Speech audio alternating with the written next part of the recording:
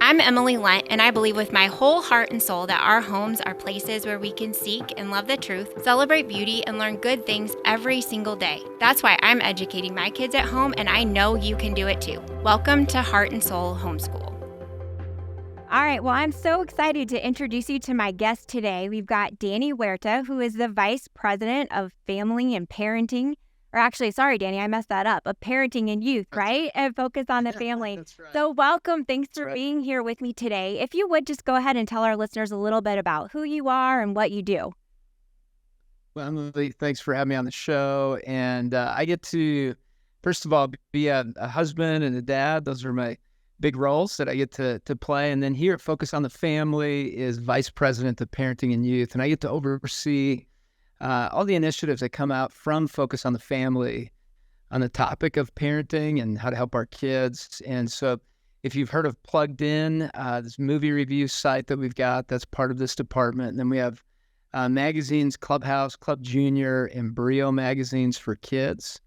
And then we have our website and all kinds of great content that we're trying to provide for parents at each age and stage of their child's development. So I get to do that. It's a dream, and it's a fantastic, fun thing to do. We also have some podcasts and videos and video series that we put out for parents so that we can provide practical tools in a variety of different ways so that there can be an interaction wherever you're at as a parent. And then the other thing I get to do is I'm a therapist also for families, and I've been doing that for more than 2 decades.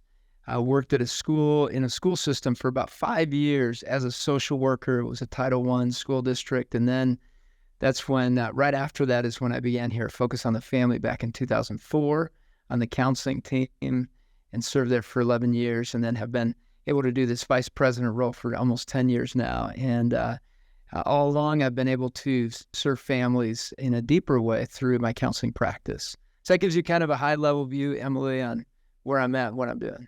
Yeah, that's great. And all of that is just so needed and so encouraging to me as a mom. I know my family has benefited so much from so many of those things, and we'll be sure to link back to those resources in the show notes today so that families can be sure and find those. One thing that Focus on the Family does every year is have a really significant presence at homeschool conventions across the country. Why does Focus on the Family feel that it's so important to invest in homeschool parents?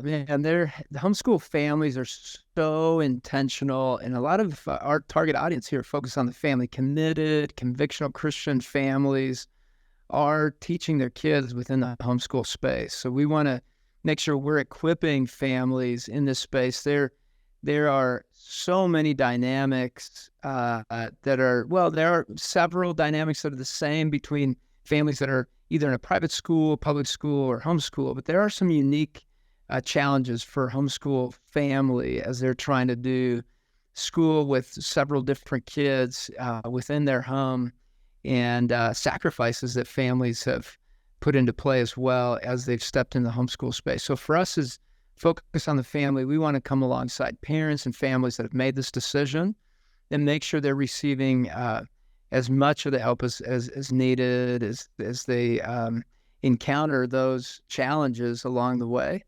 And the homeschool conventions are so much fun, where huge numbers of parents that have made this choice come together and have community together at those conventions. They're exhausting and they're fun all at the same time. Very life-giving for families and for us as speakers as we interact with families. In fact, I just did two conventions in a row the last 2 weeks, and I'll be going to another one in a couple weeks, and then again a couple in May, and then in June and July. And it's fun to see different pockets of intentional Christians investing in each of their kids, and there are definitely several challenges that they're facing along the way. Yeah, I love that. When my husband and I we're relatively new homeschoolers. We've been at it for 3 years now, but I think it was 2021 that we went to our first homeschool convention, and you guys were there. And one of the things that we walked away with so impressed is the dedication that you just mentioned that homeschool families have to discipling their kids. And it's really, really exciting and encouraging. So we appreciate Focus on the Family coming alongside us. Certainly, it's a huge blessing. So thank you for that. So homeschooling is a hot topic, as you know, and lots of families, Christian families, are choosing to leave the public school and seek out educational alternatives. And many of them are choosing homeschooling. And so anecdotally, I don't have a study to show you, but in my conversations, everyone, the joke is, what about the socialization? I hope my kids aren't weird if I homeschool them. But now I'm hearing more and more parents ask the question, can I really spend that much time with my kids? And I think on some level, that's just a really heartfelt concern that we all have. Can you speak to that a little bit? Are you hearing that when you're talking to homeschool parents? Yes, absolutely. I mean, some parents will say, I don't know if I can, first of all, if I'm equipped to be able to teach my kids, and if I'm going to do this well, I don't want to mess them up.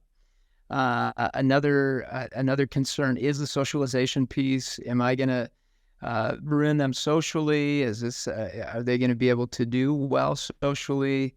And then the time side, there are some parents that feel very disorganized and feel that it's going to be a very big challenge to be organized enough to make it meaningful and to stay on top of things.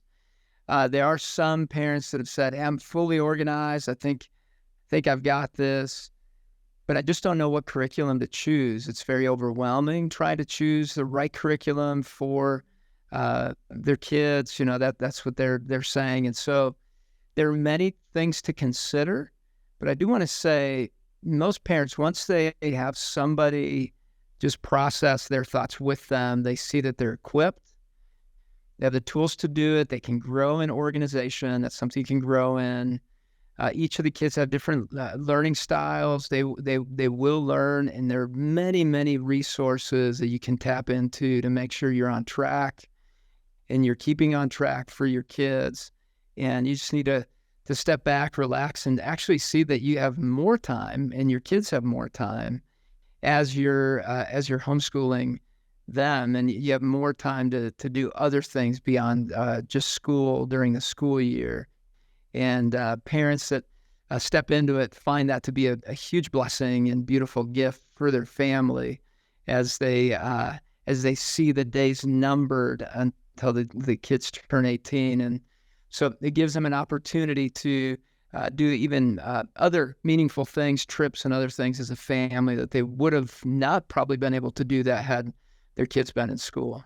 Yeah, and I hear that a lot as a mom, that parents are, surprised by the additional time that they have. It's not like school where you spend 8 hours a day sitting at a desk. The actual schoolwork takes so much less time when we take out all those bathroom breaks for 20 kids and recess and all of those things. So I think that's encouraging for parents, what you just said.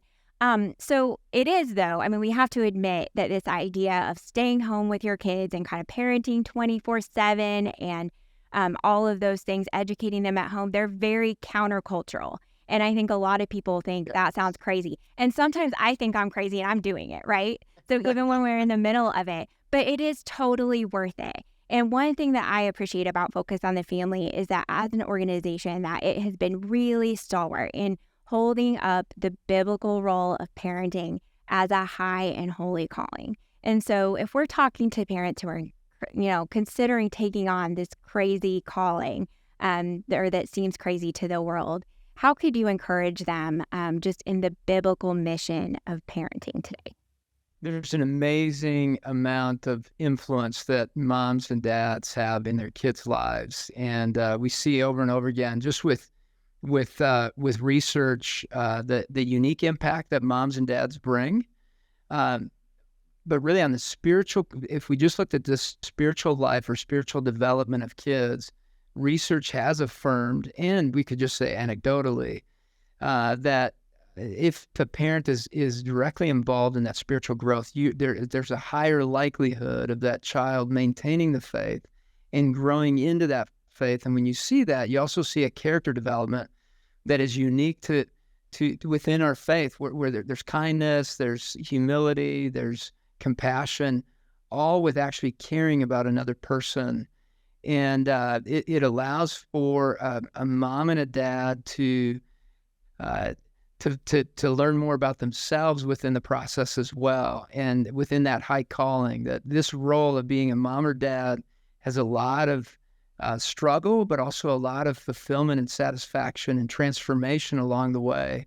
And when a parent chooses to homeschool, you're much more intimately involved in the struggle of learning, and also much more involved relationally with one another in shaping that relationship into a life-giving potential relationship. And you're able to be in the struggle together. I think they're within that high calling that God has given us, we're also able to learn more about God's perception about ourselves. And I've talked to many parents in the public school space and also in the private school space, and they lament the fact that past ages of 12 and into 18, they feel that the timeline, that just time goes so much faster, and there's so many activities, and they don't feel they get as much time spent with the kids and in that influence with their kids. And they feel they didn't fulfill their calling the way that they had wanted to because of the constraints of time and the demands. And within the homeschool parent space, you're able to manage and navigate a lot of that schedule and allow for there to be shaping and a lot more intentionality along the way. And plenty of struggles in there, and it causes you to depend on Christ as you're fulfilling that role as mom or dad. Yeah, I've heard a lot of homeschooling moms say that the process of homeschooling, and I guess dads too, for all of us, is that it's very sanctifying. And, that there's a lot, there's just a lot of things that, like you said, that we learn in our own walk with the Lord as we disciple our kids. And that's the other thing that we realize, that education really is discipleship, isn't it? There's no way around that. Yes. And you see kids advanced as well, Emilie. And I've noticed that even socially, maturity-wise, social-wise, with emotional intelligence, I've noticed homeschool kids, they were termed kind of the weird ones in the past, socially awkward, way back when, and there's still that stigma. Yet what I've noticed is higher levels of self-confidence in many of the kids. There's still that social awkwardness. And so, there is everywhere else. There's some kids that just naturally have had a harder time maturing emotionally and socially. And when you see it in a homeschool kid, that people say, oh, well, it's because of homeschooling. No, it's something that happens developmentally to some kids and not to others. But I've noticed a great sense of self-confidence and respect from many homeschool kids. And it's exciting to see that continue to grow. And then also great work ethics that I've seen that are higher than the kids that are not homeschooled, and also greater academic skill sets overall in general from kids that are in the homeschool space, and a family environment where there's trust and security, which helps them as they launch into adulthood. Yeah, and what kind of along those same lines, what my husband and I really value, because we have the time that you've been speaking about, are the rich relationships outside of our family that we're able to develop with people at our church, with people of all ages, young, old. And so I think that kind of contributes to a lot of that self-confidence and kind of true socialization when we think about it, not just peer-to-peer socialization. And so we really appreciate that from a spiritual standpoint, and also just, from a social aspect as our kids work on their own skills in that way.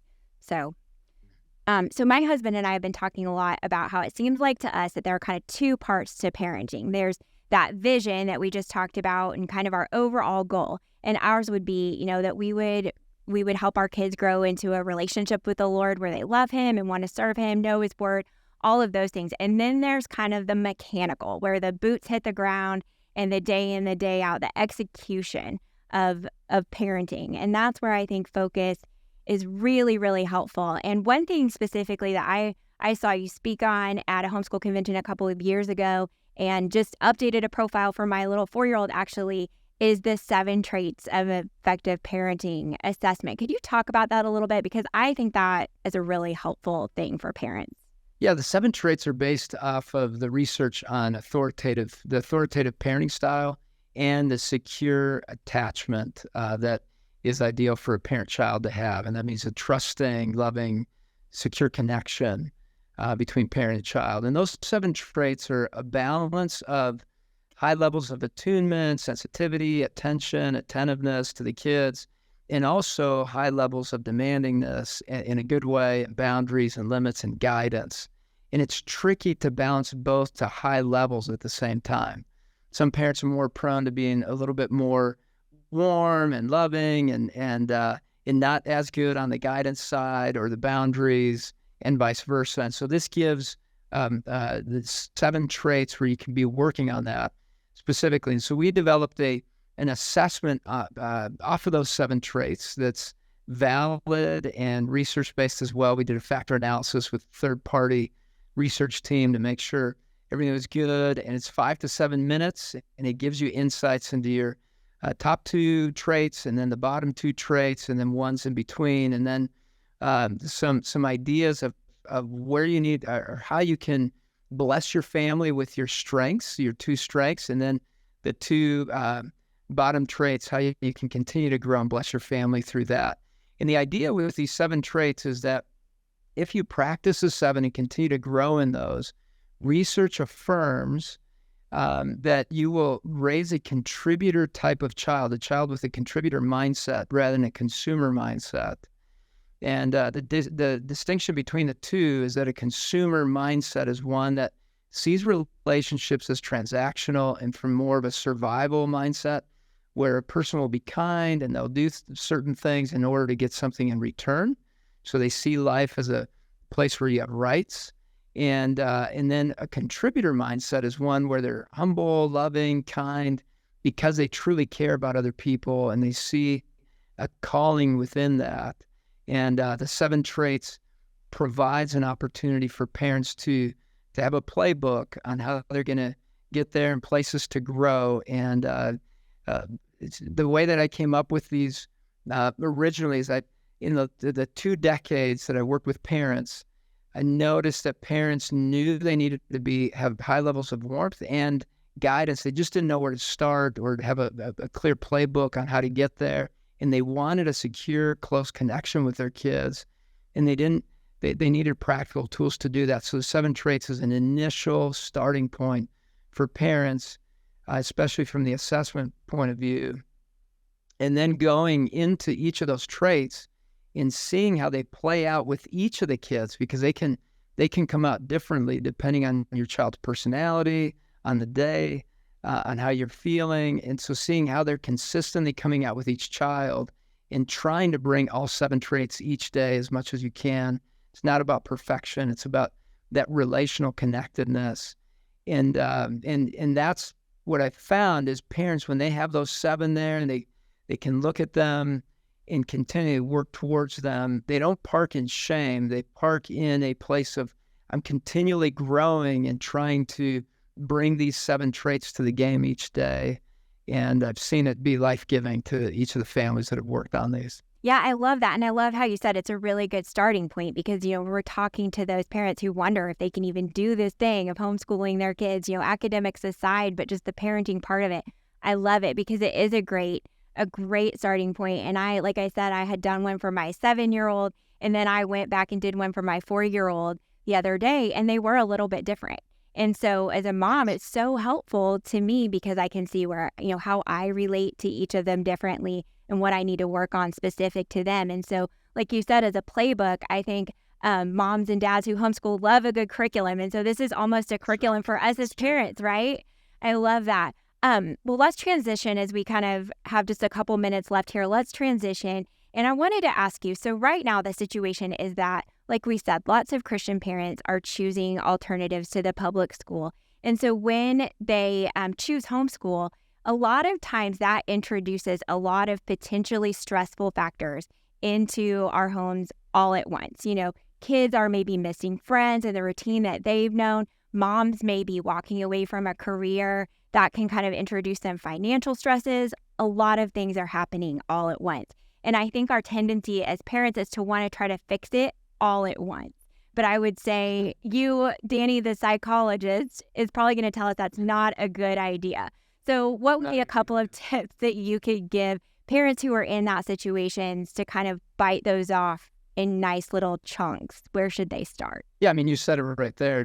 Nice little chunks. You need to prioritize what are the things that are creating the most angst and the most stress, and talking through as a family about all the new stresses and new added transition challenges that have come into the home, and then also talking about the hopes and dreams of this new transition you're going into, but having the whole family involved in that, and then talking about what would be what would be some good things we need to incorporate as a family to create the right rhythms for our home. And you want to maintain the 5 core rhythms of just a solid Christian home. One of them is prayer together as a family. Continue to pray and carve that out. Reading scripture as a family, having that time together. Rest and balance as a family, figuring out how are we going to balance things out when we've got the school all day long and we potentially could just not leave it and continue if we have if we're high achievers. We want to make sure there's a balance within our home in all different directions, and then valuing humility as a family, that just because we're doing this doesn't make us any better or less than any other family, that we don't need to compare to other families. We need to see what's going to work for our family, our home, and humility helps you park there. And once you start comparing to other families, either direction, better or worse, then you start stepping into the place of pridefulness. So valuing humility as a family, and then really emphasizing a steadfast identity as a child of Christ. And what does that mean within this new homeschool space that we're creating? How can we foster and search individually in a much more customized way what that means to have that identity as a child of Christ, and emphasizing that it's a lifelong journey. Parents, moms, and dads are still discovering part of their identity in Christ now in their new role. And then as grandparents, you'll discover even more about that identity, and you'll continue to discover that along the way. So those 5 areas, you're looking at these rhythms that you're creating in the home. And those could be just quick little meetings where you're saying, okay, we're going to set the foundation to this. And now let's talk about everyone's concerns, all the different disappointments, concerns, worries, anxieties, all those things. Let's write them down, and write them down on a list where they're not forgotten. And then check back in on those and come together as a family, talking through each one. How can we solve this as a family unit when these are very real for each of the kids and you guys as parents?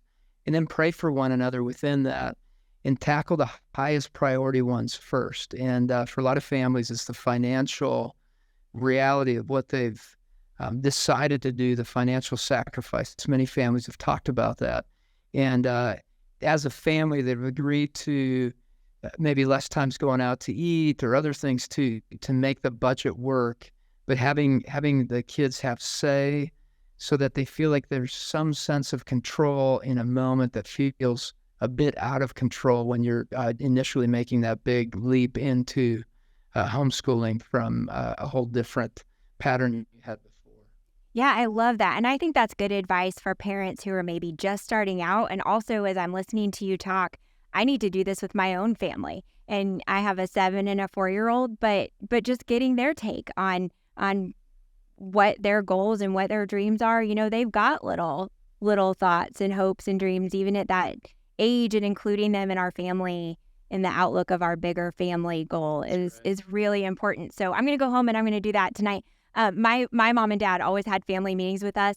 And when my husband and I first got married, they called a family meeting, and he was like, what is even happening right here? So that was new to him, but we're going to have a family meeting tonight. So he'll be excited about that. Well, Danny, thanks so much. I think you've given us so much good wisdom. And if it's okay, I'm just going to read one of my favorite scriptures as we close out here. But it's from Isaiah chapter 40, verse 11.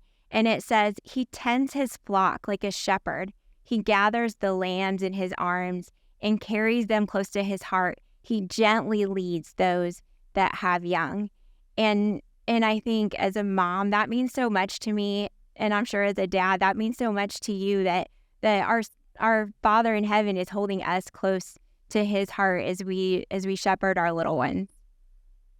Oh, absolutely. What a great verse, great picture. And I've had many great opportunities to experience God's warmth through my kids when they're having moments with me and we're having moments together. It's giving me pictures of God's love, deep love for me. And as you read that, I was just picturing God's warm love towards us and the way that we can bring that momentum into our home, and especially through this opportunity of homeschooling our kids. It's a sacrifice, but man, so worthwhile. And if parents face difficulties, as you just read, there's so much encouragement in God's word along the way that emphasizes our focus to be into our family. Yeah, and I think one of the ways that he's graciously provided, is through organizations like Focus on the Family that do come alongside us. So I'm personally grateful for that and thankful for your time today. Let's wrap this up, but really quick, you listed off some of the awesome resources like Plugged In and Clubhouse Junior, Brio for the older girls, all of those good things. I want to highlight your podcast that's pretty new, right, with Rebecca St. James. Tell us just really quickly about that. Yeah, Rebecca and I get to invite guests into this podcast called Practice Makes Parent.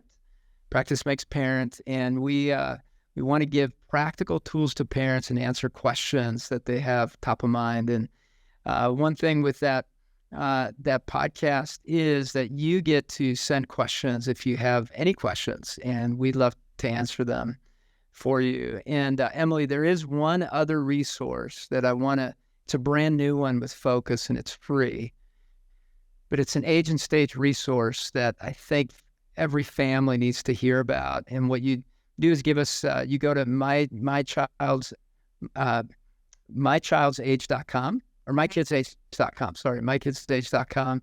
And what you do is you put in your name, your child's birth month and birth year, and then we'll send you content at their birthday or birth month on what to expect that age of your child's development, what to build and how to grow.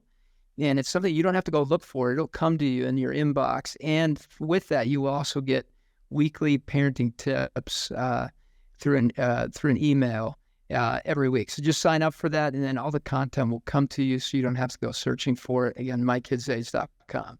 That sounds great. I'm gonna sign up later this afternoon. So thanks for pointing that out. And we'll make sure again to put all those links to everything we've talked about today in the show note. Danny, thank you so much. We're grateful for your time. Thanks to be with you. Thank you. And for everyone else, I hope you'll join me next week on another episode of Heart and Soul Homeschool.